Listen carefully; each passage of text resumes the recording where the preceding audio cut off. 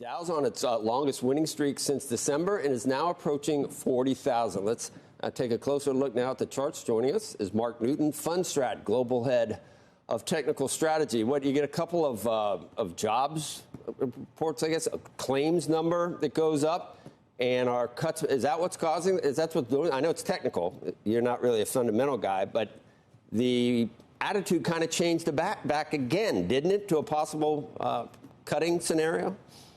I think that's right, Joe. Look, I think the narrative has changed to some extent. We do see that bad news is good news for the stock market. Anything that causes rates to start to pull back a little bit and or the U.S. dollar is seen as very good for risk assets. And so we did see jobless claims hit the highest level since last August. We saw a really poor ISM number and also a lower jobs number last time. And the combination of those caused treasuries to finally start to rally. I think that's honestly a very good sign at a time when people were worried that rates were going up above 5% on the 10-year, that inflation was here to stay. So, the real key, I think, from an economic standpoint, will be CPI to really see if there's some evidence that that can start to pull back. Technically, the market's in very good shape here. Breadth is, largely, we see about, over 70% of the stocks above their 200-day moving averages. That's a very good sign.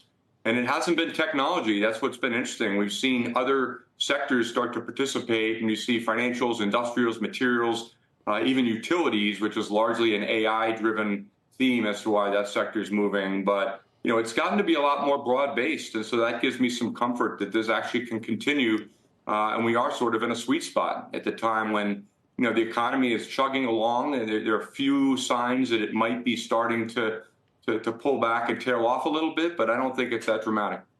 Is there any reason to think that that growth or a slowdown in labor, in what we see on the first Friday of every month, will that definitely translate into to cooler inflation numbers?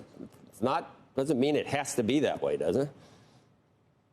Yeah, look, I think it's always very difficult to take economic data and try to, pinpoint exactly what the market's going to do. I would say the labor market is we're seeing evidence of the starting of some cooling. We certainly don't see rapid unemployment, and I think the market knows that, and that's certainly a good thing. But the recent data has confirmed, I think, Powell's dovishness, and I think the market still is on pretty good footing. I mean, technically, we're in as I said, very good shape. You just have to look at the sector rotation and what's happening. And technology, even though it's pulled back a little bit, has not really, we're not seeing a massive decline in most tech. It's stabilized, and stocks like Apple have begun to start to break out. And that's a very important piece for the S&P and for QQQ. So how's the sentiment, bullishness, bearishness? And as far as election years, we're up, I think, 9% at this point so far. What does that indicate for the remainder of the year going into November? Historically, when we've seen 5 straight months of gains, and obviously April was down, that usually is very, very good heading in for the balance of the year. The average gain is about 16% starting in, April into the end of the year, and April was down 4%. So that usually is very good. But, we still have 2 wars. There's a lot of contentiousness, a lot of the climate is very poor right now in terms of being an election year.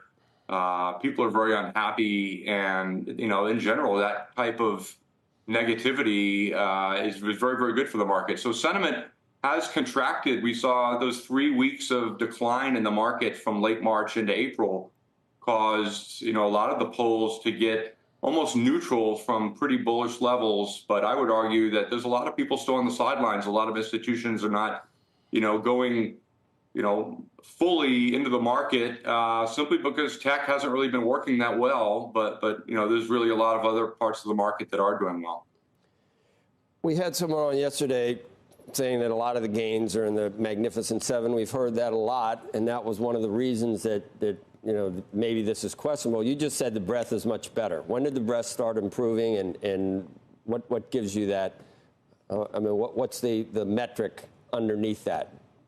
Well, the breadth started to be good at the tail end of last year. I mean, when we saw the rally from October into the end of the year, we saw a pretty broad-based rally, and it's much, much different heading into 2024 than it was, of course, heading into last year. And so we see, a lot greater stocks above their longer moving averages. So that's when I say breadth, I say, when you see more than 3/4 of the market above their longer term 200-day moving averages, that's normally a pretty good sign for the market. And so it doesn't, yes, having technology participate is important, but when it doesn't, to see other groups like financials, healthcare, obviously has been a little bit of a laggard. And now that's starting to show some minor evidence of bottoming out. So, there's certain metrics that you can measure breadth when you look at advanced declines and this and that, but we're just looking at longer term gauges of how to look at the market.